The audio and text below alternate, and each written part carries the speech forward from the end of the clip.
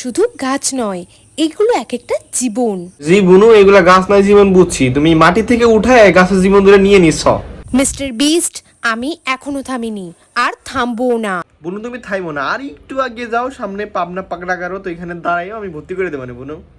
আপনাকে একদিন ঠিক আমার সাথে দেখা করতেই হবে। ভাই সব বোনাস বুনু, তোমার সাথে তো হিরো আলম চাচাও দেখা করবে না, আর মিস্টার বিস্ট তোমার সাথে দেখা করবে? আহা, আমার বুনু রে, তোমার জন্য খুব কষ্ট হয় বুনু।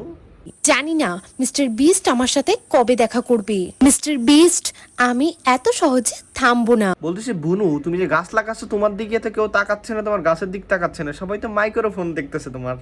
ডে 67, আজও আমি দুটি গাছ লাগালাম।